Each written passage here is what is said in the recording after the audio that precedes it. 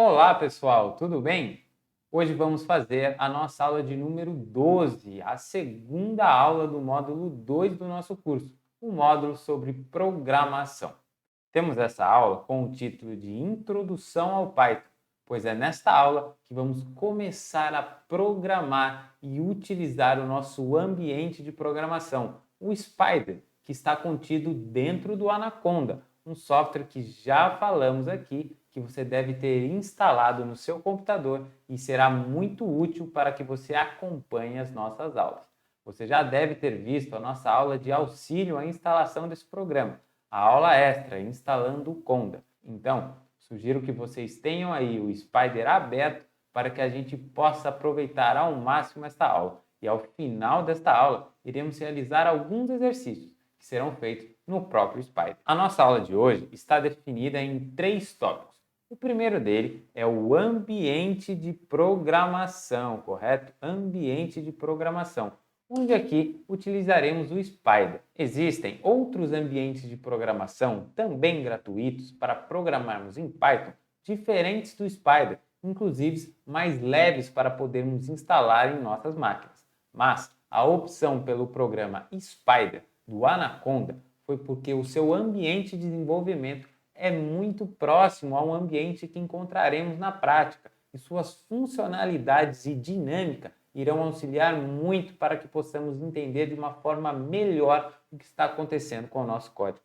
É por isso que vamos optar por ele. Então, é a partir do Spider que vamos seguir com este curso sempre que falaremos de Python. E eu espero que a cada aula você fique mais familiarizado com esse ambiente de programação e que cada vez mais isso seja natural para você, para que você entenda e aprenda da melhor forma possível como programar em Python. O nosso tópico número 2, vamos falar sobre tipos de variáveis e tipos de dados também. Afinal, se estamos falando de programação, temos que entender primeiramente que existem diversos tipos de dados, diversos tipos de variáveis, e cada tipo de dado pode ser tratado de uma maneira diferente. Existem as listas, os dicionários, os elementos caracterizados como inteiro, ponto flutuante, string ou caractere. Então são diversos conceitos que precisamos entender antes de sair por aí programando. E é isso que vamos apresentar nesse tópico número 2. Por fim, na aula de hoje, falaremos sobre os operadores aritméticos. Bom, é isso mesmo. Muitos deles serão muito intuitivos para nós, mas alguns apresentarão algumas pequenas diferenças. Mas precisamos saber quais são eles e como utilizaremos eles em Python para que possamos prosseguir com o nosso aprendizado. Então, é desta forma que está estruturada a aula de hoje, a aula número 12, e ela está muito divertida para nós. Vamos então começar o nosso aprendizado. Vamos para o próximo slide. Ambiente de programação. Temos aqui então a nossa primeira definição. É o local onde iremos escrever as instruções que serão executadas pelo programa, correto? Então, é através da nossa tela do computador, no Spider, onde vamos escrever função por função, o que desejamos que o nosso algoritmo faça. E é isso o que faremos no nosso ambiente de programação, que será, neste caso, o Spider. É através dele que ele compila o programa e exibe seus resultados. Bom, existe um conceito muito importante aqui. Ele compila um programa. Você verá que nosso ambiente de programação, tanto neste como na maioria dos outros, a parte de compilar um código, geralmente temos um botão que é uma seta ou um botão de run, onde ao clicarmos nele estaremos compilando o nosso programa.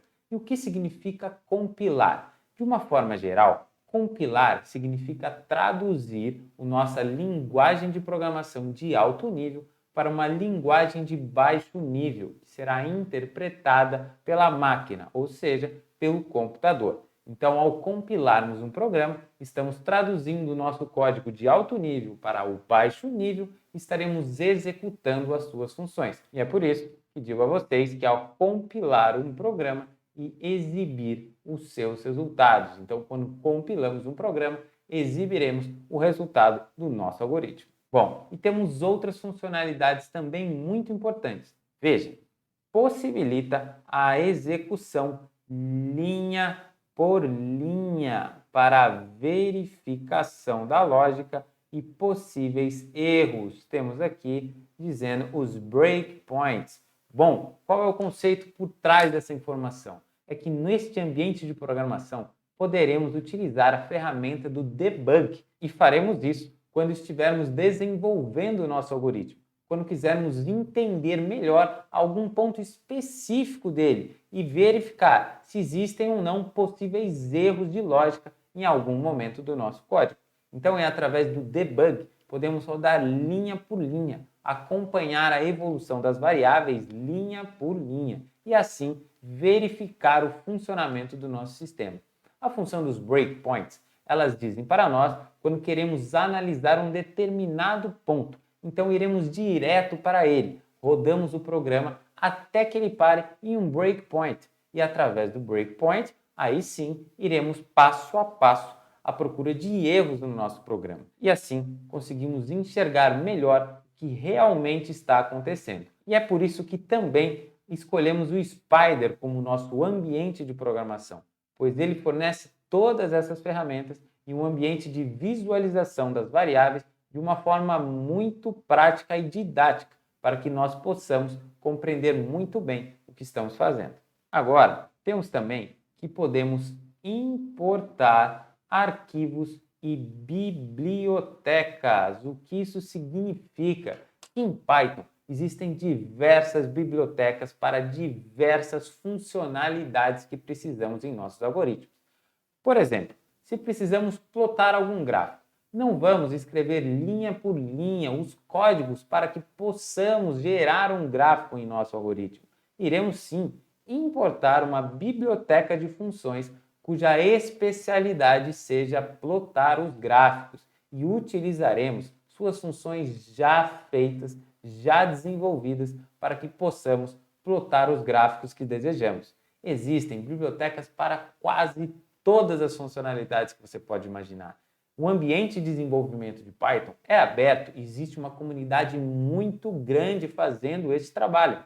Então, temos muitas e muitas opções, até mesmo para a mesma funcionalidade. Quando estamos, por exemplo, falando sobre álgebra linear, você verá que ao invés de termos que construir toda a lógica para as operações, podemos simplesmente utilizar uma biblioteca de funções cuja função seja específica para problemas algébricos. Isso irá facilitar muito a compreensão e o desenvolvimento do nosso código. Portanto, antes de começar a desenvolver o seu código, lembre-se sempre de procurar se já não existem bibliotecas de funções que irão auxiliar você durante esse desenvolvimento. Bom, o nosso ambiente aqui também, ele explora os valores e tipo das variáveis compiladas. Como já disse a vocês, o Spyder facilita muito e ele tem uma janela de visualização dos valores e os tipos de cada variável que estamos desenvolvendo e utilizando no nosso algoritmo. E isso vai nos ajudar bastante. Temos também que ele imprime as imagens geradas pelo algoritmo. Então ele imprime essas imagens. Então vamos poder, em exercícios que vamos plotar gráficos, visualizar essa resposta. Isso vai também ser muito útil para nós. E por fim, falamos aqui que através do Anaconda Prompt podemos executar linhas de comando e instalar e remover bibliotecas de funções. Neste curso, não iremos usar muito o Anaconda Prompt, pois ele está um pouco fora dos nossos objetivos. Mas, para instalarmos e removermos bibliotecas, vamos aprender a como fazer isso através do Anaconda Prompt. O próprio ambiente do Anaconda existe uma outra possibilidade de instalar e remover bibliotecas, até mesmo de uma maneira que possamos dizer mais intuitiva para nós. Mas, para que possamos aprender um pouco também sobre o prompt de comandos, faremos sempre que necessitarmos instalar uma nova biblioteca, utilizaremos esta ferramenta do nosso programa do Anaconda, correto? Bom, isso foi uma visão geral do nosso ambiente de programação, mas tudo isso cada vez mais que praticarmos a programação dentro do Spider, ficará cada vez mais automático para nós. Pode ser um pouco confuso ainda, mas tenho certeza que conforme formos treinando e aplicando os nossos conhecimentos no Spider, iremos cada vez mais estarmos muito acostumados com toda essa informação, correto? Vamos prosseguir a nossa aula então? Vamos para o próximo slide falar sobre tipo de dados e de variáveis. Tipos de variáveis e dados. Vamos começar aqui então. Vejamos, temos aqui variáveis numéricas, correto? E quais são as variáveis numéricas que podemos apresentar? Temos aqui o int, que se remete a números inteiros, correto? Temos também o float, que são números com casa decimal, correto? E o complex, que são números com parte real e parte imaginária. Bom, neste curso não abordaremos os números complexos, então não utilizaremos tipos de variáveis numéricas do tipo complexo, correto? O nosso foco está em entender os números do domínio real, correto? Então, temos aqui basicamente que os escalares, os números escalares podem assumir duas formas distintas, o int e o float. E o que difere o int do float? A casa decimal. Quando falamos do int, estamos dizendo pelo número inteiro. 1, 2, 10, 88, 1100, enfim, qualquer número inteiro. E quando falamos do float, dizemos um número com o ponto flutuante, um número com a casa decimal, um 5.7, 43.12, enfim, são esses os tipos de números caracterizados como float, correto? Então, já sabemos esses dois tipos de variáveis. E quando começarmos a utilizar o Spider, eu vou ensinar a vocês como saber qual o tipo de cada variável, para que vocês possam entender isso de uma forma melhor. Temos agora a questão da cadeia de caracteres, correto? E este tipo de variável é chamado aqui de string. Ele é uma sequência de caracteres endereçada e imutável, correto? Com características, ela pode ser vazia, que é definida por essas aspas aqui, vazias. Ela tem a indexação, que é um conceito muito importante, e o conceito de concatenação, correto? Então, uma coisa que precisamos saber quando falamos de cadeia de caracteres, existe uma informação, um conceito muito importante por trás desse tipo de variável. O conceito de uma sequência de informação. Afinal, a sequência de informação nos remete à comunicação serial, que é um tipo de comunicação de dados muito importante utilizada nos dias de hoje. É claro que comunicação serial é diferente do que estamos dizendo aqui sobre a cadeia de caracteres, de uma string, mas o conceito de uma sequência ordenada, endereçada, é um conceito que se assemelha muito. Então é muito importante já termos isso em nossas mentes. Agora, quando falamos de uma string, temos esses três principais conceitos. Ela pode ser vazia, mas ela possui indexação e concatenação. Mas o principal que eu quero que vocês prestem atenção é este conceito de indexação, que nos permite acessar uma posição específica dessa string, uma faixa específica dessa string. Então, podemos utilizar esse conceito de indexação quando quisermos acessar um pedaço específico dessa sequência e utilizarmos essa informação. Isso pode parecer ainda muito confuso, mas você vai entender o quanto isso é importante para nós. Pensem assim comigo. Temos um conjunto de informações e podemos acessar determinadas faixas desse conjunto, determinados pontos. Este é o conceito de indexação e isso faz muito sentido quando estamos falando de um conjunto muito grande de dados, onde queremos acessar apenas aquela parte onde sabemos que contém a informação que desejamos. Continuando aqui na nossa sequência, temos agora uma lista muito importante para nós. Veja, é uma sequência ou coleção ordenada de elementos ou itens identificados por um índice, correto? E diferentemente das strings, seus itens podem ser de tipos diferentes e seus elementos são delimitados por colchetes, correto? Bom, então a primeira parte muito importante aqui é que uma lista ela pode possuir tipos diferentes de variáveis, ou seja, não apenas caracteres, mas também variáveis numéricas, como os números inteiros ou de ponto flutuante. Além dessa diferença, é importante dizer que uma lista possui também o conceito de indexação e outro conceito muito importante, que diferentemente de uma string, ela não é imutável, correto? Então ela não é imutável. Ela pode sofrer modificações de elementos contidos nela, de elementos desta lista. Então, temos também essas duas características muito importantes quando falamos sobre listas, correto? De indexação e dizer também que ela não é imutável. Agora, vamos falar sobre uma tupla, correto? Uma tupla é uma lista imutável e pode conter vários elementos que são delimitados por parênteses, correto? Então aqui temos a primeira característica que a diferencia de uma lista. Uma é delimitada por colchetes e a outra por parênteses, correto? Mas a principal diferença entre elas é que ela é imutável. Aqui dizemos que uma tupla é uma lista imutável e não queremos essa característica. Não é interessante para nós termos uma característica de ser imutável, de não podermos modificar seus elementos. Vamos aprender aqui a utilizar listas para a criação das nossas matrizes, que serão listas de listas, e vamos aprender isso ao decorrer deste curso. Eu sei que existe um módulo de álgebra linear e que iremos utilizar ele no módulo 3, que nos auxiliará muito para a obtenção de matrizes e fazer também as operações de álgebra linear.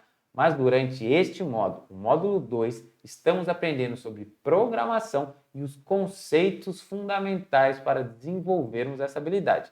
Então, o importante para nós aqui não é pularmos etapas, e sim entender todo o processo, como ele funciona. E é por isso que não utilizaremos essa biblioteca específica de álgebra linear ainda, mas vamos conseguir realizar muitas operações mesmo sem ela. E você vai aprender tudo isso junto comigo, correto? Vamos então ver mais alguns tipos de variáveis e dados. E o que temos aqui agora é o tipo do dicionário, ok? Ele é um tipo de coleção de elementos indexados na forma de mapeamento XY entre chaves, correto? X é o índice e Y é o valor associado a este índice. Então, temos aqui o conceito de chaves e valores, correto? Bom, e vamos ver também um comando que podemos utilizar quando estamos falando sobre uma variável do tipo dicionário. Veja, dado um dicionário exemplo, correto? Onde as chaves e os valores estão contidos dentro desse colchete, se utilizarmos exemplo.case, entre parênteses, o programa retornará todos os índices ou keys que corresponde às chaves, correto? Se fizermos exemplo.values, entre parênteses, retorna todos os valores, values, correto? Então são dois comandos que, quando estamos falando de uma variável do tipo dicionário, que poderemos utilizar para que se retorne todos os valores e todas as variáveis deste dicionário. Este conceito de dicionário é extremamente útil na nossa programação.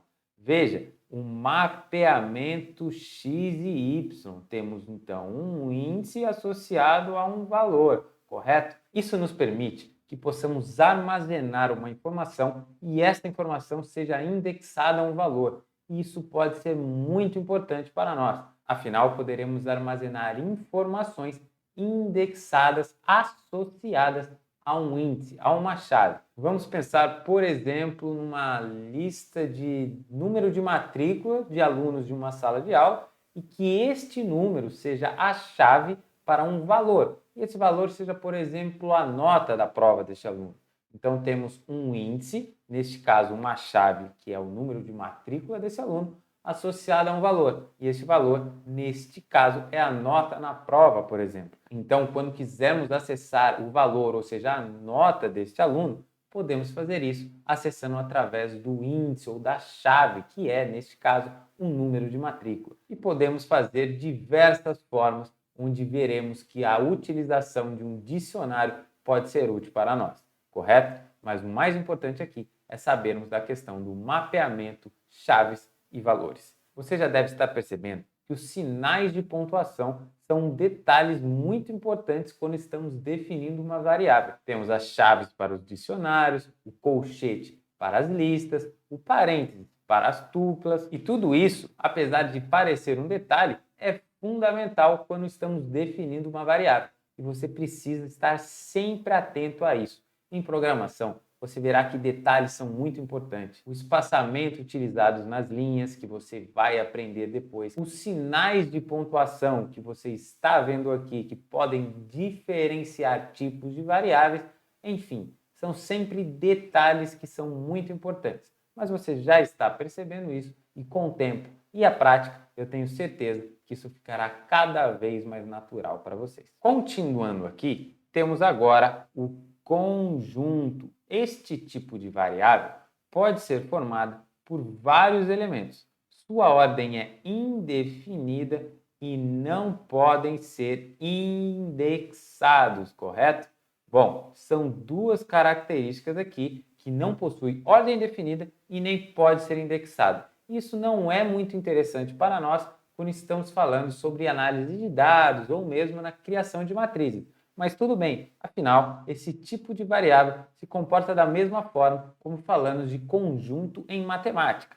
Veja que é semelhante ao conceito conjunto de matemática e pode ser realizadas operações de união e intersecção entre eles. Então, apesar de talvez não ser interessante para determinada aplicação, ele pode ser essencial se estamos trabalhando com conjuntos em matemática e vamos precisar de operações de união e operações de intersecção. Cada tipo de variável vai ser útil para determinados tipos de problema. O que precisamos saber é sempre entender o que é o melhor para nós. Por fim, temos aqui lista de intervalos inteiros, que está definido pelo tipo range. Afinal, é uma classe de dados que retorna uma lista sequencial de um intervalo de números inteiros. Bom, vamos ver que isso será muito importante quando aprendemos a utilizar o comando for. Afinal, o range ele pode ser usado quando queremos definir que uma ação seja válida para uma determinada condição. Por exemplo, faça uma operação para um determinado intervalo. Ou seja, neste caso, poderemos utilizar o range, onde ele irá retornar um intervalo pré-definido por nós. Então, sempre que precisaremos de um intervalo de números inteiros, poderemos ter isso através do range. Bom, esses são alguns tipos de dados e variáveis de uma forma geral. Agora, no próximo slide, vamos ver alguns mais específicos que utilizaremos quando vamos falar de álgebra linear. Bom, pessoal, agora então vamos um pouco mais direto ao assunto de interesse, ao nosso assunto de álgebra linear. Ou seja, como podemos criar vetores e matrizes através dos tipos de variáveis de dados, em quais tipos elas se encaixam para nós. Veja, listas. Em Python, matrizes são representadas como listas de listas. Então, vamos aprender aqui a criar uma matriz através de listas dentro de uma lista. Afinal, esse conceito representará que cada lista corresponde aos elementos da linha de uma matriz. Ou seja, uma lista de lista que contém 3 listas significa que essa matriz contenha 3 linhas. E se cada lista contiver, por exemplo, 3 elementos, significa que essa matriz contém 3 colunas. Então, estamos, por exemplo, falando de uma matriz 3 por 3. E é dessa forma que vamos aprender a criar matrizes em Python, sem o auxílio de nenhuma biblioteca específica. Mas agora, como vamos criar essas listas de listas? Como vamos criar essas matrizes desta forma que eu falei para vocês? Vejamos que funções podem ser criadas para acessar os valores de cada matriz e também realizar operações entre elas. Então vamos aprender este conceito de funções, aonde dentro dessas funções vamos realizar as operações necessárias para que se retorne o valor de uma matriz, como também para que essas funções realizem as operações entre as matrizes, operações de soma, subtração e até mesmo multiplicação. Vamos aprender isso com mais detalhes durante o nosso curso e você irá aprender não só a criar uma matriz, como também ao domínio desse conceito de funções que é fundamental para o conceito de programação. Bom, mas já aprendemos que temos muitas bibliotecas para funções específicas em Python e não seria diferente quando estamos falando de vetores e matrizes. Veja, temos o tipo de dado chamado NumPy Array, correto? O tipo de dado Array é disponível na biblioteca NumPy e é muito utilizado para representar vetores e matrizes. Portanto, temos uma biblioteca específica quando estamos lidando com esse tipo de dado, com dados de características de vetores, com dados com características de matrizes. E através deles, podemos fazer operações muito mais diretas quando estamos falando disso. E através deles, podemos ter muitas facilidades que não teremos quando estamos tratando de vetores através de listas e de matrizes como listas de listas. Então, estamos aqui dizendo que existe uma biblioteca que conseguimos tratar esses dados de forma muito mais direta, conseguimos criar matrizes de uma forma mais direta, operar com vetores e operar com matrizes de uma forma muito mais direta, e tudo isso facilitará e muito a nossa vida. E já que temos todas essas facilidades, veja que as funções da biblioteca NumPy possibilitam a matemática algébrica direta entre matrizes e vetores através dos seus comandos. Então, essa biblioteca possui uma grande quantidade de funções já prontas para podermos utilizar e podemos operar com vetores e matrizes. Bom, isso significa que a partir de agora já vamos aprender a utilizar a biblioteca NumPy? Não, ainda não. Vamos aprender isto mais para o fim desse curso, pois neste momento o nosso interesse é em aprender programação. Então precisamos construir melhor a nossa base. E ao criarmos matrizes através do primeiro método que eu apresentei, através de listas, através de funções que realizam as operações de soma e multiplicação, por exemplo, estaremos aprendendo conceitos de programação que neste momento é o que precisamos entender. Então, isso nos ajudará muito para que possamos aprender a programar. Vamos então tratar de matrizes agora como listas de listas e vamos aprender a criar funções para operar entre elas. Você verá que isso vai ajudar bastante no nosso desenvolvimento e será muito divertido aprendermos tudo isso juntos. Agora, antes da nossa prática, vamos para o último conceito teórico dessa aula, o conceito dos operadores em Python. Operadores em Python. Vamos então aqui conhecer alguns dos operadores que vamos utilizar daqui em diante. Veja, primeiro os operadores aritméticos. Temos aqui operadores de soma, representado pelo símbolo de mais, e subtração pelo símbolo de menos, de valores. Então, neste caso aqui, soma e subtração são exatamente os mesmos símbolos que já estamos acostumados. Vamos utilizar o mais e o menos quando quisermos fazer essas operações. Agora, temos divisão e multiplicação. São representados pela barra e pelo asterisco, respectivamente. Então, se quisermos fazer uma divisão entre dois números, por exemplo, vamos utilizar esta barra representando a operação de divisão. E se quisermos fazer uma multiplicação, vamos utilizar este ponto de asterisco para fazermos esta multiplicação, correto? Temos também outros tipos de operações um pouco menos comuns, como barra barra. O que ele retorna? O que ele faz? ele divide dois valores arredondando o resultado para baixo. Ou seja, ele retorna a parte inteira desta operação. Se você vai, por exemplo, dividir 5 por 2, ele retornará 2, correto? Pois ele pegará o 2,5 e arredondará 1 para baixo.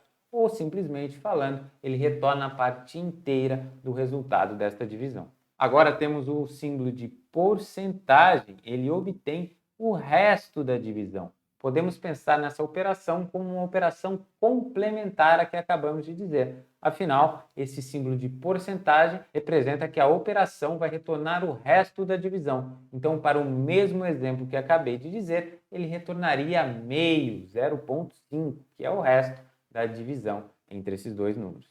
Temos aqui o asterisco, asterisco, né? A multiplicação duas vezes, representa a exponenciação. Então, se quisermos fazer uma operação de exponenciação, e utilizaremos o asterisco, né? Duas vezes esse asterisco, duas vezes o símbolo de multiplicação, para representarmos e realizarmos esta operação, certo? Até aqui, muito próximo e muito intuitivo do que já estamos acostumados quando estamos descrevendo os nossos problemas. Agora, vamos ver alguns dos operadores relacionais.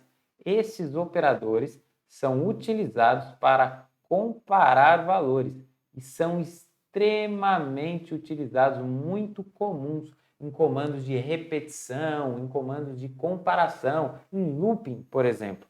Vejamos que quando formos aprender o for, o if, o while, que são alguns comandos de repetição, comandos de comparação, estes operadores relacionais serão necessários para a implementação da lógica que vamos fazer, correto? Mas vamos ver aqui quais são eles.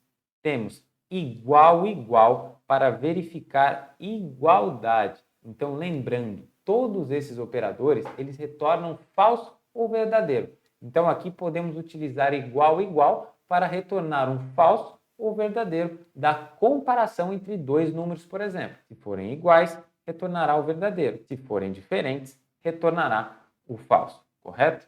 Então, temos aqui exclamação igual, verifica se diferente, funciona da mesma forma, porém o verdadeiro é retornado caso os números sejam diferentes.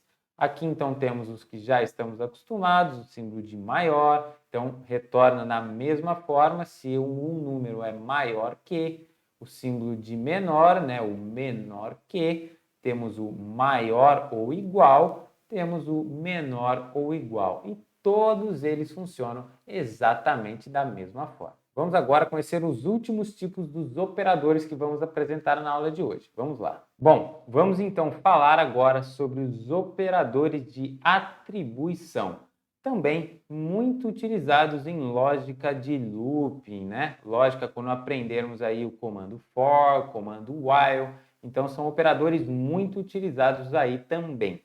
Temos aqui o primeiro, igual, atribui um valor a uma variável. Esse aqui talvez o mais importante, né? Vimos que igual, igual é quando estamos comparando dois valores. Agora, o igual por si só, apenas este operador, ele significa que estamos atribuindo um valor a uma variável. O mais tradicional que conhecemos aqui. Se fizermos, por exemplo, x igual a 1, dissemos que x tem o valor de 1, correto? Então, atribuímos o valor 1 à variável x. E temos também o mais igual.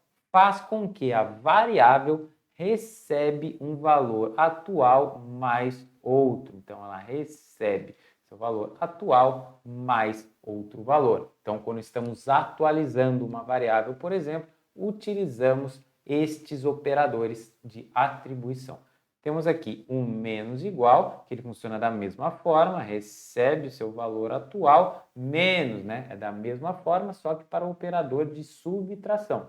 E temos a mesma lógica aplicada para os operadores que já vimos, com o barra igual, o barra igual, o porcentagem igual e o asterisco igual, correto? Então, a mesma lógica vale para eles. Então, a não ser o primeiro aqui, que temos o igual, que atribui um valor a uma variável, Os outros operadores, né, o mais igual, o menos igual, eles funcionam como uma forma de atualização desta variável, correto? E agora, por fim, temos os operadores lógicos, né? São expressões booleanas que caracterizam verdadeiro e falso, ou 0 e 1. Então, este é um conceito de sistemas digitais, por exemplo, que talvez nem todos vocês conheçam e também não é o foco de nosso curso, mas estamos aqui sempre para aprender o máximo possível com uma figura de facilitador do ensino de vocês, de alguém que encoraja vocês sempre a buscarem mais informação. Eu mostro isso para vocês para que seja de interesse e que vocês saibam que, apesar de não utilizarmos isto neste momento, eles têm uma importância muito grande no desenvolvimento de muitos programas e no desenvolvimento, principalmente, de sistemas digitais. Veja, então, que temos o operador AND, que ele representa o e lógico. Então, são essas operações lógicas que temos aqui. Temos o OR, que representa o ou lógico. E temos o not, que representa o não lógico. Então, são estes os operadores lógicos que temos em Python, que não vamos, neste curso, dar foco, mas que sim, vocês devem sempre pesquisar e aprender com eles. Vamos agora, então, praticar um pouco de tudo o que vimos aqui. Eu espero que vocês já tenham o Spider pronto aí, para que a gente possa finalmente começar a trabalhar em cima dele. Vamos então para a nossa parte prática. Vamos primeiro à lousa para ver qual é o nosso exercício e depois vamos para o Spider. Vamos para a nossa lousa então. Bom, pessoal, vamos ver então qual é a nossa atividade proposta hoje aqui na nossa lousa. Veja, fazer um tour pelo ambiente de programação do Spider e aprender a 1. Utilizar os comandos run, breakpoint e debug, correto? Então, vamos aprender a utilizar os 3 comandos que falamos aqui anteriormente. Veja, receber um valor do usuário e armazená-lo em uma variável do tipo pré-definido. Então, vamos perguntar um valor ao usuário e armazenar esse valor na variável. Vamos ver como fazer isso dentro do Spider. Criar uma string, uma lista, uma tupla com valores ou caracteres aleatórios. Então, vamos criar esses 3 tipos de variáveis que também aprendemos na aula de hoje. Vamos ver como fazer isso na prática com o Spider. Construir um dicionário e utilizar o recurso de consulta ao valor específico dentro dele. Então, vamos criar um dicionário e tentar consultar um item dele da forma que aprendemos hoje aqui também. Vamos ver como funciona esse tipo de processo. Veja, criar uma matriz através de listas. Então, como vamos criar uma matriz fazendo listas de listas, igual vimos aqui, e realizar operações entre escalares aprendidos na aula de hoje. Então, vamos operar um pouco com os números e comparar valores escalares e imprimir o resultado da operação na tela do usuário. Bom, de uma forma geral, o que vamos fazer aqui é um tour pelo ambiente do Spider, aprendendo todas as operações que vimos na aula de hoje. Então vamos lá, vai ser muito divertido fazermos passo a passo o que conversamos aqui. Vamos agora para o Spider. Bom, pessoal, estamos agora então no nosso ambiente de programação, o Spider, correto? Temos aqui carregado o arquivo aula12.pw, que é a extensão do arquivo em Python que contém um algoritmo. Você já deve ter acesso a todos os algoritmos que vamos utilizar nas aulas, sejam eles a versão resolvida, onde vou disponibilizar a vocês o algoritmo resolvido de cada exercício, como também a versão inicial, para que você vá desenvolvendo o seu próprio algoritmo, seja acompanhando eu aqui nesta aula ou fazendo sozinho você mesmo antes de verificar a solução desse exercício aqui comigo.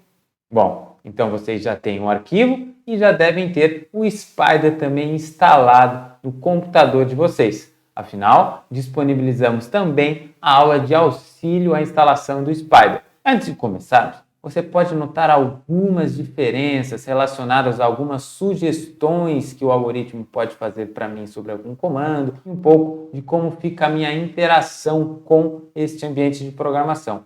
Tudo isso porque eu tenho instalado o Qt, né? K-I-T-E, que é um programa que auxilia no desenvolvimento em Python. Então, ele pode complementar algumas funções para você, te dar algumas sugestões em alguns momentos. Bom, mas isso não é nada obrigatório. Eu só estou deixando claro para vocês que é uma ferramenta que eu uso para que vocês vejam que pode ter em alguns momentos uma distinção relacionada ao que vocês vão ver aí na tela de vocês quando vocês estiverem programando no Spider de vocês, correto?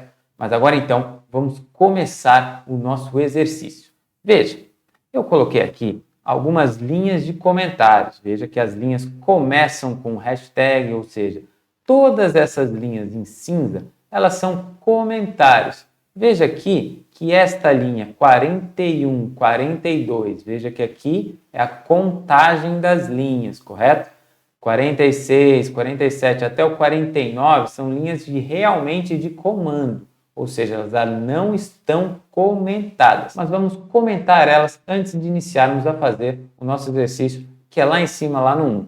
Então veja, se eu colocar o hashtag antes delas, eu comento todas estas linhas.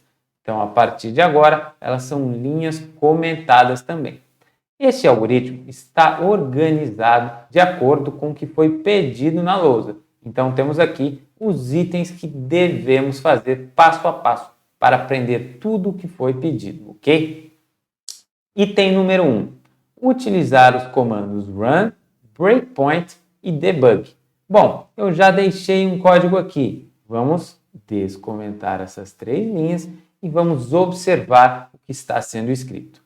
Primeiro, nome, ou seja, estamos criando a variável nome, ela vai receber pelo igual input.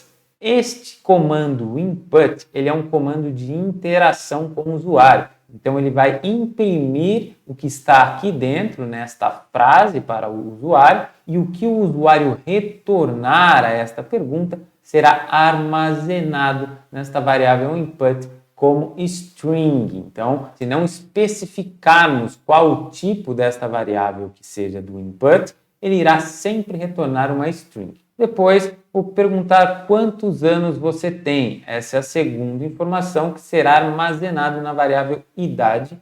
E, por fim, teremos o print, que é um comando que imprime na tela para o usuário. Então, ele irá imprimir, olá, a variável nome, ou seja, o conteúdo da variável nome. Esta é uma forma de utilizarmos a função print. Existem outras formas de se utilizar o print quando queremos colocar o valor de uma variável nesse print, mas essa é uma delas. Então, veja, eu coloco a frase, vírgula, no momento que eu quero colocar o valor dessa variável, eu coloco ela entre vírgulas e depois eu continuo a frase que eu quero dizer.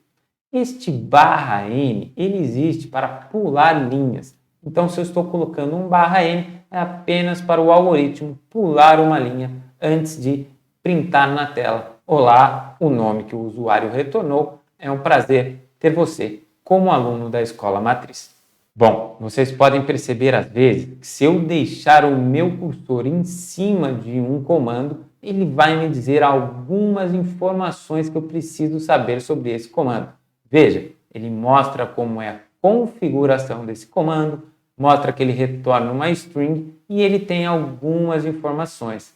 Para mais informações, você pode consultar o help ou mesmo o tutorial oficial da comunidade em Python que temos disponível na internet, certo? Bom, mas vamos então aprender a utilizar os comandos run, breakpoint e debug. Vamos então, o run, temos o run aqui, ó, run file ou F5, que é a sua tecla de atalho. O run, ele é muito parecido em muitos dos ambientes de programação com uma seta muito semelhante ao play que temos. Afinal, é ele que vai rodar, né, iniciar a compilação do nosso algoritmo. Então, geralmente, ele é determinado por uma seta de play, correto? Neste caso aqui, temos uma seta verde e se clicarmos nela, ele irá executar todas as linhas de comando. Claro, exceto essas linhas comentadas, que não serão executadas pelo compilador. Então, ele irá executar linha 9, 10, 11, certo? Então, este é o primeiro ponto. Então, ao rodarmos esse programa, ele deverá aparecer nesta parte do console, onde temos os resultados do nosso programa, ele deverá aparecer qual o seu nome, e eu devo responder. Depois, quantos anos você tem? E novamente o usuário responde. Perceba que as duas respostas serão armazenadas em variáveis nome e idade. E por fim, ele irá retornar para mim. Olá, o meu nome, é um prazer ter você como aluno da Escola Matriz. Vamos ver então se isso vai funcionar? Vamos dar aqui o Run. Qual é o seu nome? Vamos lá. Meu nome é Fábio. Quantos anos você tem? 31. Olá, Fábio. É um prazer ter você como aluno da Escola Matriz. Veja então que ele executou exatamente o que colocamos nessas 3 linhas. E isso é fantástico, não é mesmo? Agora, eu quero que vocês observem mais um ponto muito importante aqui no Spider. Veja, aqui é o Variável Explorer, onde vamos poder verificar os valores das nossas variáveis. Temos aqui a variável idade do tipo string, né? Ela contém um valor, né, size1, e seu valor é 31, correto? E temos aqui a variável nome, também do tipo string, contém apenas Fábio como resposta. Então, isto aqui representa para nós as nossas variáveis e através do Variable Explorer é que vamos poder acompanhar o nosso código e poder entender o seu funcionamento. Agora, para entender melhor a função breakpoint e debug, vamos adicionar um breakpoint a esse algoritmo. Vamos colocar aqui um breakpoint. Veja que estamos ao lado da numeração das linhas, temos essas bolas vermelhas e elas representam quando queremos adicionar um breakpoint. Então veja, se clicarmos, por exemplo, na linha 10, uma vez, neste ponto, adicionamos um breakpoint na linha 10, ou seja, se utilizarmos a função debug, ele irá rodar a linha 9 e irá parar na linha 10. E aí podemos ir linha por linha rodando esse algoritmo. Então, vamos ver aqui que o debug é exatamente este comando, que pode ser substituído por Ctrl mais F5 como tecla de atalho. Então, o debug ele é uma seta e um pause. Remete a que vamos até um certo ponto do algoritmo e vamos parar, para ali sim analisar o seu funcionamento. Então, se eu clicar aqui, ele deve rodar até a linha 10. Vamos ver. Bom, ele rodou a linha 9, então qual o seu nome? Fábio. E aí ele parou. Então ele teve um breakpoint aqui, ó. Veja que ele tem uma seta azul aqui. Então a gente tem até este ponto uma variável nome, tipo string, size1, e o valor é Fábio, correto? E agora podemos ir linha por linha. Veja que vamos fazer isso através deste comando run current line. Então, este comando irá rodar apenas a linha 10. Temos aqui também outros comandos, como o step into function. Então, ele vai entrar uma função. Se formos rodar uma linha que chame uma função, temos que rodar ela desta forma para entrarmos na função. Se não fizermos isso, ele irá rodar até a linha seguinte, ou seja, ele irá executar tudo o que está acontecendo dentro da função. Mas se desejamos analisar dentro de uma função, temos que utilizar este comando. Esses outros comandos aqui, você irá aprender depois. Mas basicamente, este comando é para entrar dentro de uma função, sair de dentro de uma função, ir até o próximo breakpoint e aqui interromper o processo de debug, certo? Mas lembre-se sempre de serem curiosos, explorarem ao máximo todas as funcionalidades do Spider. Afinal, dentro desse curso, eu não irei mostrar para vocês tudo o que é possível dentro desse ambiente. Por isso, eu recomendo sempre que vocês sejam curiosos. Vamos então rodar a próxima linha. Então, ele deverá perguntar para mim quantos anos você tem. Run current line. Quantos anos você tem? 31. E agora ele criou a variável idade string size1 31 como valor, correto? E ele parou aqui, ó, veja, print. Olá, então ele ainda não imprimiu para mim o valor final. Então eu vou rodar mais uma vez e ele vem. Olá, Fábio, é um prazer ter você como aluno da Escola Matriz. Bom, então desta forma conseguimos completar a nossa primeira missão, que era aprender sobre os comandos run, breakpoint e debug, correto? Vamos então para a próxima missão. Antes disso, eu vou dar um stop debug, então veja que agora estou pronto para começar de novo e vou zerar as variáveis. Eu vou sempre fazer isso antes de começarmos novamente, pois como temos muitos exemplos aqui, eu não quero que a gente se confunda ou fique muito poluído a nossa tela. Eu vou fazer isso através desta borracha, veja aqui, remove todas as variáveis, yes, e aqui novamente todas as variáveis e ok. Agora estamos prontos para começar. Agora vamos remover esse breakpoint, vamos comentar essas linhas e agora sim estamos prontos para o item 2. Item 2. Receber um valor do usuário e armazená-lo em uma variável pré-definida. Então aqui eu vou utilizar uma técnica muito parecida com o que fizemos quando utilizamos o input.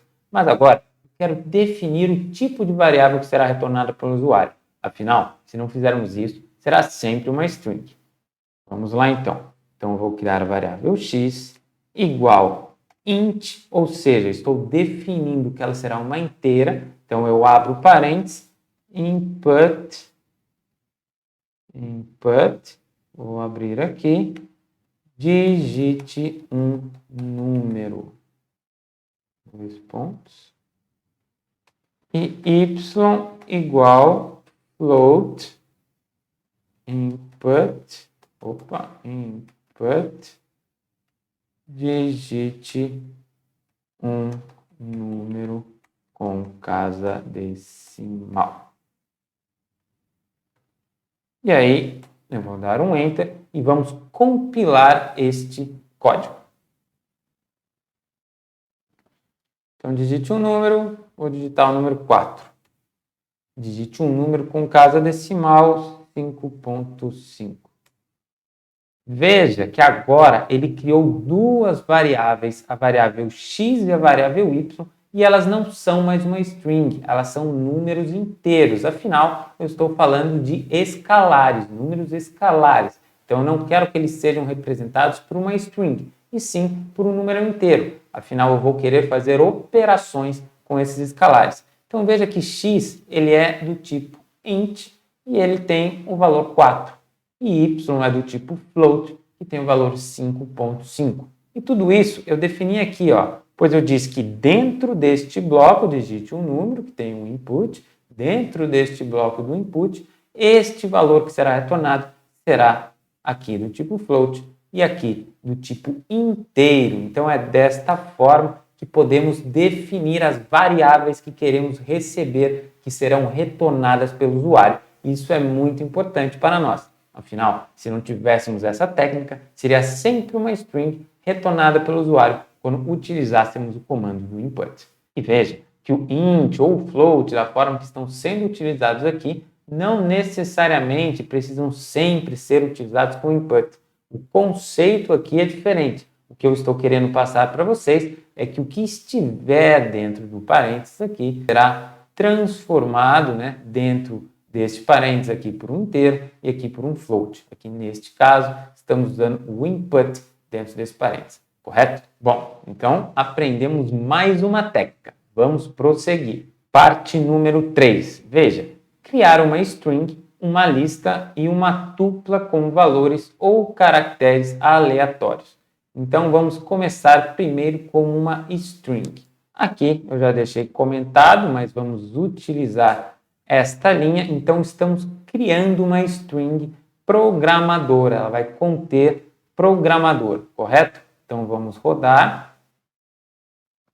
Temos então a palavra, que é o nome da nossa variável, do tipo string, e o valor dela é programador. Então temos todos esses caracteres aqui, São 1, 2, 3, 4, 5, 6, 7, 8, 9, 10, 11 caracteres, ou seja, ela vai do índice 0 ao índice 10. Se lembra? Ela começa sempre do índice 0 e não do 1. Além disso, esta variável palavra ela é imutável. Lembrem-se dessa característica de uma string. Ela é imutável, não podemos alterar os seus valores, correto? Mas vamos testar um pouco o conceito de indexação que aprendemos hoje. Vamos fazer isso através do comando print. Então vamos fazer print palavra do índice 0 ao 5, ou seja, do 0 ao 4, correto? Então, antes de rodar esse programa, vamos ver o que esperamos como resposta aqui. Veja, então ele vai do índice 0 ao 4, ele vai imprimir na tela e no Python Console, correto? Então, qual que é o índice 0? É o P. O índice 1, R, 2, O, 3, G, 4, R novamente. Então, esperamos esse ProGR, que ele imprima exatamente isto na tela. Vamos ver se é verdade?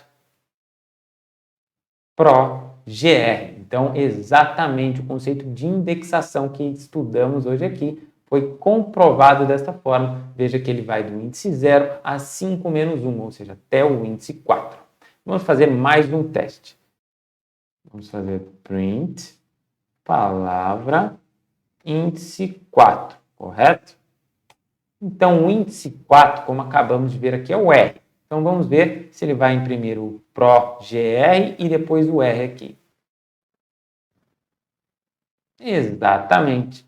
ProGR e depois o R, mostrando aqui a indexação de duas formas, como um intervalo, com 0, 2 pontos e o outro fim, né, desse intervalo, e a indexação quando queremos apenas um caractere dessa string, certo? Então vamos para o próximo passo. Bom, agora vamos ver como vamos trabalhar com as listas, correto? Lembrem, a lista não é imutável, uma característica muito importante para nós. Afinal, vamos utilizá-la também para criar as matrizes. Afinal, matrizes para nós, sem a utilização da biblioteca NumPy, são listas de listas. Então, vamos ver como vamos trabalhar aqui com as listas. Temos aqui uma lista 1, que eu deixei comentada. Esta lista é de filmes, então ela contém 3 filmes, Matrix, Senhor dos Anéis e Harry Potter. Então vamos rodar para ver como vai ser a nossa variável. Veja aqui, criamos então uma variável filmes do tipo lista size 3, ou seja, essa lista contém 3 informações, 3 sequências aqui de caracteres, 3 strings. Vamos dar um duplo clique nela. Veja que ela vai aparecer exatamente esta lista para nós. Então temos o índice 0, que é um size 1, que temos apenas Matrix, que é uma string. O índice 1 também uma string, que temos o Senhor dos Anéis. E o índice 2, string Harry Potter, correto? Então, lembre-se que também, através do Variable Explorer, podemos, com um duplo clique, entrar e entender melhor sobre qual é o nosso tipo de variável. O que vamos fazer aqui? Primeiro, vamos trabalhar com a indexação novamente. Então, vamos aqui, um Enter, Print, Filmes, 1. Vamos ver, então, ele imprimir o Senhor dos Anéis, correto? Que é o índice 1. Senhor dos Anéis. Vamos agora, mais um print, filmes, índice 2. Agora ele vai imprimir Senhor dos Anéis e Harry Potter. Correto. Agora, vamos substituir aqui o filme Harry Potter por um outro filme. E me perdoem, os fãs de Harry Potter. Eu também gosto muito desse filme. Este exemplo é apenas para caráter didático, para entendermos o que está acontecendo aqui. Mas vamos lá então. Então, vou dizer que filmes índice 2, ele vai ser igual a Maze Runner, que é um filme muito legal também. Então, vamos dar aqui o play e vamos conferir aqui que o índice 2, que era o do Harry Potter, ele agora é Maze Runner, ou seja, a gente alterou o conteúdo deste índice, alteramos o conteúdo desta lista. Eu vou fechar aqui. Perceba que se eu arrastar um pouco mais aqui, você vai ficar mais claro para você ver essa diferença. Então aqui já poderíamos ver que alterou para Maze Runner, mas eu estou utilizando desta forma para termos mais espaço para visualizarmos o nosso código. Então, vamos agora fazer um print filmes 2 e vamos ver o que vai acontecer. Senhor dos Anéis, Harry Potter e Maze Runner. Agora, eis a questão. Por que o Harry Potter apareceu aqui? Ele é exatamente fruto desta linha de comando, print filmes 2. E neste momento, a gente ainda não tinha alterado o Harry Potter pelo Maze Runner. Então, neste momento, o índice 2 era assim, o Harry Potter, afinal, é assim que definimos na nossa lista filmes, correto? Então, é por isso que isso aconteceu. Agora, vamos provar outra característica dela. Já que ela não é imutável, nós podemos adicionar outros elementos a essa lista e faremos isso através do comando append que aprendemos na teoria. Veja, se colocarmos aqui então filmes.append, correto? Eu quero adicionar Jogos Vorazes, que é um outro filme muito legal também. Então vamos dar um play. Bom, veja que automaticamente o size desta lista já foi para 4, ou seja, temos um novo elemento. Ao dar um duplo clique, temos aqui agora o índice 3, que é uma string, e Jogos Vorazes. Então, a nossa lista de filmes agora tem mais um filme parametrizado aqui, correto? Então, vamos fechar aqui e desta forma acabamos de aprender mais um item proposto do nosso exercício. Vamos para o próximo. Agora, então, vamos ver aqui lista 2. Eu vou descomentar esta lista. Ela é a lista aleatória. E esta lista foi criada para mostrar a vocês que dentro de uma lista podemos ter diferentes tipos de variáveis. Veja, temos aqui pipoca, que é uma string. Temos aqui 111, que é um int. Temos panela, que é uma string novamente. E 1.0, que é um float. Será que conseguimos rodar esse programa? Vamos colocar aqui run, e aqui, ok, acabamos de rodar, acabamos de criar a nossa lista com 4 itens, a lista aleatória. Vamos clicar 2 vezes aqui, veja, índice 0, uma string, índice 1, inteiro, 2, string, 3, float. Então, comprovamos aqui que uma lista pode conter diferentes tipos de variáveis. Vamos ao próximo. Vamos agora conhecer as tuplas, correto? Então, temos aqui uma tupla chamada comidas. Veja que esta tupla ela também funciona igual uma lista, ou seja, ela pode conter diferentes tipos de variáveis dentro dela, porém, ela é imutável, ou seja, não podemos alterar o seu conteúdo. Vamos ver se isso é verdade? Então, aqui temos caracterizando uma tupla parênteses, correto? Lembrem-se que tínhamos chaves para caracterizar uma lista. Aqui estamos utilizando o parênteses e vamos rodar este código. Veja aqui, então, que criamos a variável comidas, que é uma tupla com size 3, ou seja, temos 3 elementos aqui, um string, um float e um string. Então, ela também aceita diferentes tipos de variáveis, certo? Primeiro, vamos ver aqui o processo de indexação nesta tupla. Veja, print comidas, índice 1. Então, vamos dar um print no índice 1 desta tupla.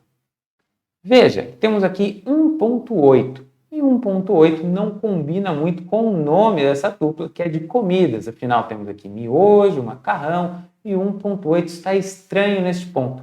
Agora, eu quero modificar o índice 1 para colocar feijoada nesse índice. Afinal, se estou falando de comidas, eu quero substituir este float, este número aqui, pela variável feijoada. Vamos ver se eu consigo. Então, eu vou colocar aqui comidas índice 1 é igual a feijoada. Certo? E vou dar o run. Veja que isso aqui vai gerar um erro, Type error.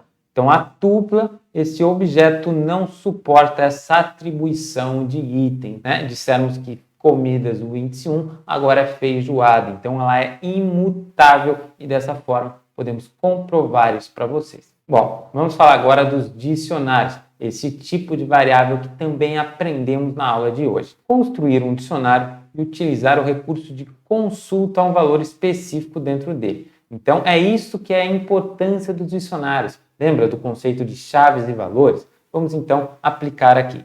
Primeiro, transformar lista em dicionário. Então, eu vou mostrar para vocês, primeiro, como, a partir de uma lista, podemos transformá-la em um dicionário. Você vai ver que esse conceito é muito próximo ao que aprendemos no início da nossa atividade de hoje. Veja, temos aqui, então, itens, correto?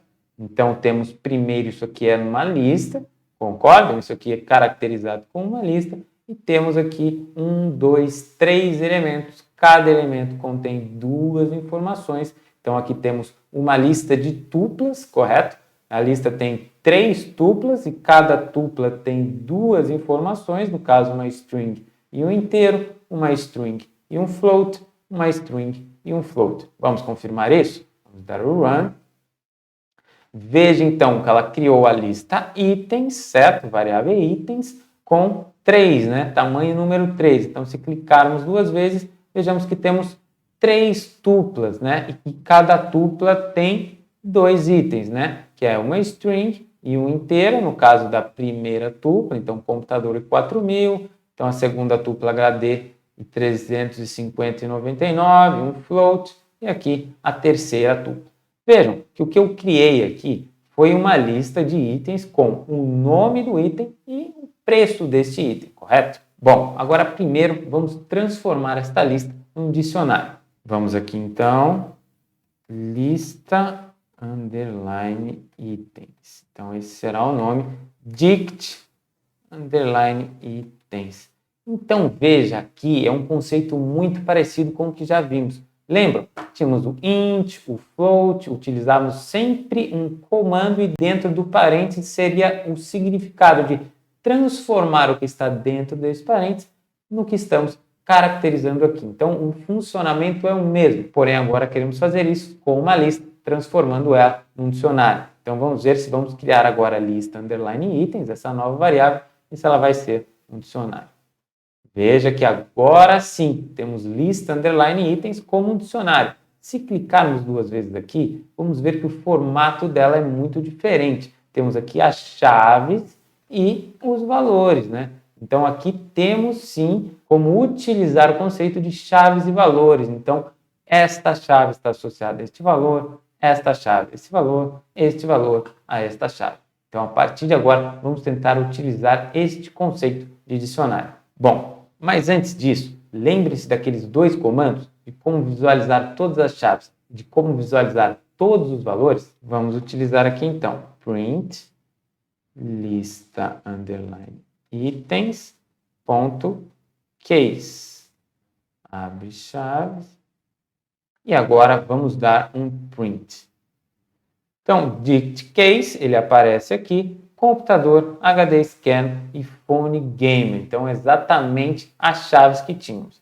Agora, se fizermos print lista itens ponto values, abre parênteses, vamos dar o run.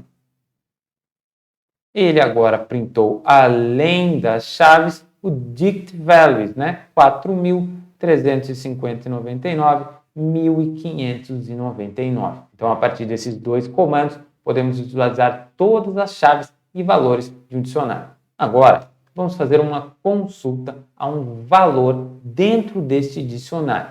Veja como funciona. Vamos print, então queremos mostrar na tela, lista underline itens e computador, correto? Então veja que dentro da chave estamos colocando uma chave, né? A chave computador. Então ele irá retornar o valor respectivo a esta chave. É um conceito muito parecido com o que vimos em indexação. Porém aqui, ao invés de colocarmos a posição deste índice, vamos ter que colocar o valor da chave para que ele nos retorne o valor correspondente a essa chave. Vamos ver. Então, run 4.000. Então, ele retornou para nós exatamente o valor deste computador, o valor associado a esta chave, que é 4.000. Então, temos aqui as chaves, os valores que mandamos imprimir e o valor respectivo ao computador, a chave computador. Então é desta forma que vocês vão ver que podemos utilizar o dicionário para consultar valores, né? Criarmos uma lista que correlacione dois elementos, né? Chaves e valores, e desta forma isso se aplica a diversos problemas que podemos ter por aí. Bom, vamos seguir então, temos mais um exemplo com os dicionários. Bom, veja aqui então, temos mais um dicionário também chamado itens, porém já criei ele da forma como um dicionário. Então abrimos as chaves e temos aqui computador, dois pontos, e o respectivo valor. Então temos a chave e o valor, a chave e o valor. Então aqui estamos criando um dicionário. Vamos ver? Vamos rodar o programa. Veja que ele criou o dicionário itens com as chaves e os valores. Bom, vamos agora criar um pequeno programa de interação com o usuário, onde o usuário diz qual item dessa lista ele quer comprar e ao digitar esse item, o nosso programa irá retornar o valor de compra deste item, correto? Bom, vamos ver então qual é a maneira de se fazer um algoritmo que faça esta função. Vamos ver aqui. Vamos primeiro armazenar o que o usuário irá digitar em uma variável. Então aqui criamos item igual input. Qual item da lista você deseja comprar? Interrogação. Correto? Então aqui vamos fazer que o que ele escreva seja armazenado na variável item, correto? E depois você vai perceber que vamos utilizar a variável item para buscar a chave e retornar o respectivo valor. Da forma que esse programa vai ser escrito, o usuário terá que digitar ou o computador, ou o HD externo, ou o phone game. É claro que poderíamos criar um algoritmo mais robusto para isso, que mostrasse as listas, mas o que eu quero que vocês entendam aqui é apenas o conceito de receber um valor, procurar este valor dentro de um dicionário e retornar o valor correspondente a essa chave. Então veja, se fizermos aqui variável valor e ela é itens entre chaves, item, ou seja, ela irá retornar o valor respectivo à chave que terá o valor do item que o usuário terá digitado. Então, se o usuário digitar, por exemplo, computador, ele irá buscar o valor respectivo à chave computador no dicionário itens, que contém computador, HD externo e phone game, correto? Então, é desta forma que vamos fazer. Agora veja como vamos imprimir o resultado disso para o usuário na tela. Vamos lá então, print. Tirar aqui novamente o valor do. Entre a vírgula queremos que ele coloque o item, correto? Aqui é de espaço, vírgula, valor. Correto? Então, vamos imprimir o quê? O valor do item, né? Então, se ele digitar computador, por exemplo, vai ser o valor do computador, e a variável valor, que ela será exatamente o valor respectivo a essa chave. Vamos ver se isso vai funcionar? Vamos dar um run. Qual item da lista você deseja comprar? Então, vamos fazer computador. O valor do computador é de R$4.000. Viram que incrível novamente? Funcionou exatamente da forma que prevíamos. Veja que ele criou a variável item, que é uma string computador, e a variável valor, que é um inteiro, que é exatamente o valor retornado por esse dicionário. Vamos fazer mais um teste. Veja. Se eu colocar aqui phone gamer, o valor do phone game é de 1.599. Então, funciona perfeitamente o nosso algoritmo para o nosso dicionário. E é desta forma que o dicionário é utilizado. Aprenderam? Realmente incrível, né? Vamos lá, que ainda temos mais alguns itens antes de finalizarmos a nossa prática. Vamos para o próximo. Agora, vamos aprender a criar uma matriz através de listas. Vamos ver aqui? Então, eu deixei aqui pronto a matriz A. Veja que a matriz A ela é uma lista de listas. Temos algumas listas dentro dela, como esta 1, 2, 3, esta segunda lista 4, 5, 6 e essa terceira lista 7, 8 e 9. Veja, como aprendemos na teoria, cada lista dentro desta grande lista representa uma linha da matriz. Então, a primeira linha dessa matriz é 1, 2, 3, a segunda linha é essa, a terceira linha é essa. Então, temos uma matriz com 3 linhas, correto? E quantas colunas? Se temos 3 elementos em cada lista dentro da lista maior, significa que temos 3 colunas. Então, se temos 3 elementos aqui, 3 colunas. Segunda linha, 3 elementos. E quarta linha, 3 elementos. Então, é uma matriz 3 por 3, correto? Vamos ver agora como funciona o processo de indexação desta matriz. Vamos então rodar para ver como vamos gerar essa matriz. Veja, ela é uma lista, dar um duplo clique. Então, cada lista que tivemos aqui correspondeu a uma linha desta matriz. Então, esta é a primeira linha, esta é a segunda e esta é a terceira. Então, aqui temos esta matriz de 3 linhas e 3 colunas, assim como dissemos. Agora, vamos ver como funciona o processo de indexação. Vejam aqui, temos o 0, então a primeira linha é o índice 0, e aqui também a mesma maneira de indexação, ou seja, essa é a coluna índice 0, essa aqui é a coluna índice 1 e essa coluna índice 2. Então vamos testar como funciona essa indexação. Se quisermos, por exemplo, o valor 5, veja que ele está na primeira linha e primeira coluna. Então vamos dar aqui o close, vamos fazer print A1, 1, ou seja, primeira linha e primeira coluna. Vamos dar um run e temos exatamente o 5, correto? Agora vamos testar mais uma vez. Print A2, 0. Vamos ver o que vai aparecer. 7. Então, estamos falando segunda linha, primeira coluna, certo? Coluna 0.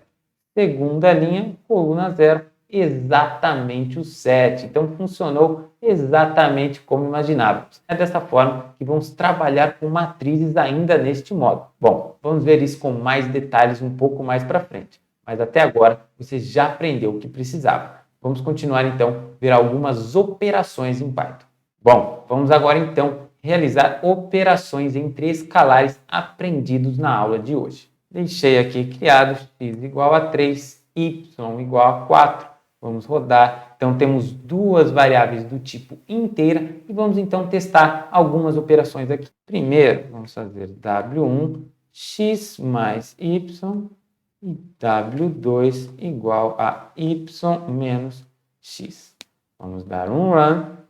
E veja aqui, W1 igual a 7, ou seja, 3 mais 4, e W2 igual a 1, que é de 4 menos 3. Então, funcionou exatamente da forma que imaginávamos. Vamos agora criar a variável z igual a 12 e fazer W3 é igual a z dividido por y, ou seja, 12 dividido por 4. W3 agora é igual a 3. Veja que quando fazemos uma divisão, ela retorna para nós um float, correto? Agora vamos testar mais alguns pontos. X vezes y, W4. 3 vezes 4 tem que ser igual a 12 e é exatamente isso. Veja que já a multiplicação aqui nos retornou um inteiro. Vamos agora testar a outra parte da divisão. Vamos fazer W5 é igual a y dividido por x. W6 é igual a y barra x. E W7 é igual a y porcentagem x. Vamos ver então como vai funcionar esses comandos. Primeiro temos W5. W5 é 4 dividido por 3. Então, W5 é um float 1.333, uma dízima periódica. E temos aqui que W6 é igual a y barra x. Então, ele vai arredondar para baixo isso. Ele vai nos dar a parte inteira, se lembra? Então, temos aqui W6 é igual a 1, correto? Então, exatamente. E temos o W7, né, que é y porcentagem x, ou seja, é a sobra desta operação, né? Então, se temos no W6 igual a 1, né? Então, vamos fazer 4 dividido por 3 dá 1, né? Ponto alguma coisa, né? Então, se utilizarmos o 1, vai sobrar ainda o 1. Então, W7 é igual a 1. Para ficar um pouco mais claro, vamos substituir o y aqui por 5 e ver como agora o resultado é 2. Então, veja que agora temos 2 como sobra. Então, se fizermos 5 dividido por x, dá 1 e sobra 2.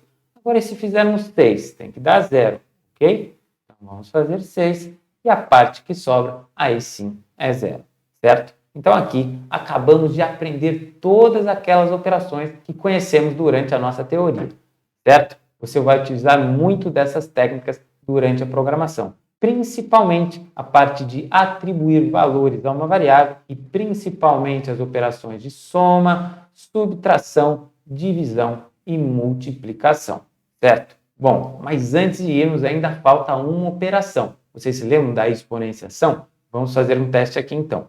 Temos aqui o W8, que é igual a x, multiplica 2, ou seja, elevado a 2, e tem que ser 9 como resposta. Então, W8 igual a 9. Vamos prosseguir. Bom, agora vamos então para o último item desta prática. Temos aqui comparar valores de escalares e imprimir o resultado da operação na tela do usuário. Então, veja, temos aqui A igual a 7, B igual a 7, C igual a 4, D igual a 9. Vamos realizar algumas operações. Primeiro, print A igual a B, ou seja, A tem o mesmo valor de B, true. Veja que correto, veja que aqui ele criou as variáveis e respondeu true, ou seja, A sim é igual a B. Vamos mais um aqui, print A é igual a C, ou seja, 7 é igual a 4. False, não é. 7 não é igual a 4, então ele funcionou exatamente também como estávamos prevendo. Agora vamos fazer mais alguns testes. Print A maior do que D, ou seja, 7 é maior do que 9? False novamente, 7 não é maior do que 9. E agora vamos utilizar um último comando. B é diferente de C. Vamos rodar. True, B é diferente de C. 7 é diferente de 9. Então ele responde true para nós. Bom, pessoal, eu queria então nesta aula apresentar todos esses conceitos para você da linguagem do Python. Eu sei que pode parecer muita novidade, mas lembre-se que quanto mais praticarmos, mais vamos aprender. E tenho certeza que passo a passo, em cada aula, vamos dar mais um passo rumo a esse aprendizado. Fiquem tranquilos, pois vamos aprender no tempo certo tudo o que vamos precisar do que foi proposto para nós dentro deste curso. Então eu espero que vocês tenham aproveitado muito esta prática de hoje, pois ela será fundamental para a continuidade do curso. Vamos agora para as considerações finais. Bom, pessoal, encerramos então a nossa aula de número 12, aula Introdução ao Python, onde eu espero que vocês tenham aproveitado essa oportunidade de aprendermos e começarmos a nossa jornada dentro do Spyder. Afinal, hoje fizemos diversas operações, aprendemos muitas coisas, que eu espero que vocês estejam conseguindo aproveitar todo esse aprendizado, mas sempre um passo de cada vez. Vocês vão ver que assim como concluímos esta aula, vamos concluir a próxima, vamos concluir o nosso módulo e depois o nosso curso completo. E assim estaremos capazes de dar mais passos em busca do objetivo que temos de sempre obter conhecimento. É este o nosso objetivo e sermos mentes livres e pensantes. É assim que a Escola Matriz espera estar na vida de vocês. Bom, então eu agradeço a oportunidade e espero vocês na próxima aula. Um grande abraço e até mais.